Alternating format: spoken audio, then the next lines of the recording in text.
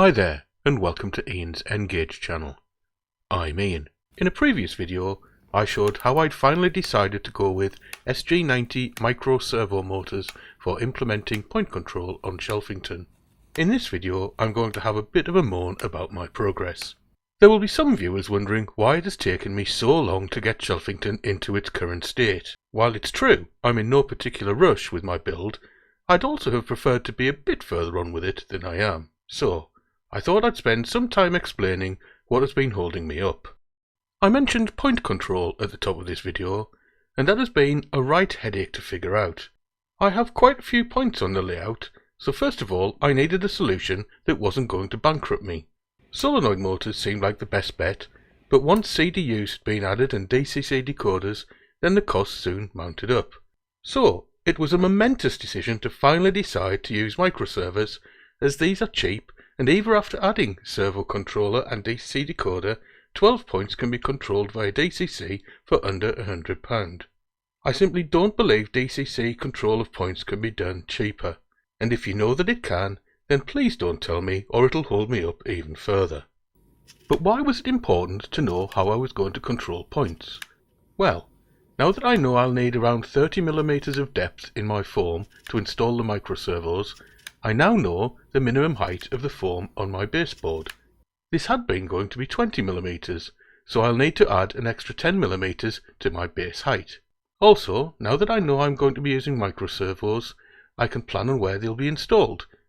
Another consideration is that now I know that the height of the foam will be at least 30mm at the front of the layout and 60mm at the rear, I can start planning how I'm going to install inclines on the layout. Will a 30mm height difference on a bend with a 3% incline be achievable, or will I need to increase the base height to 40mm to achieve a 2.5% incline, or less for instance? By far and away the biggest consideration, however, is making sure that I get the track work in the hidden section that runs along the back of the layout installed correctly.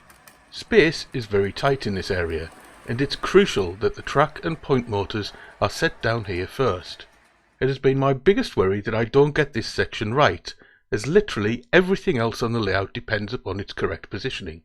Get it wrong and the scenic breakboard will be out of position, and there's a possibility that the trains won't run through it. Get it wrong and there may not be enough room to bring the loops around to the front of the baseboard before running out of space.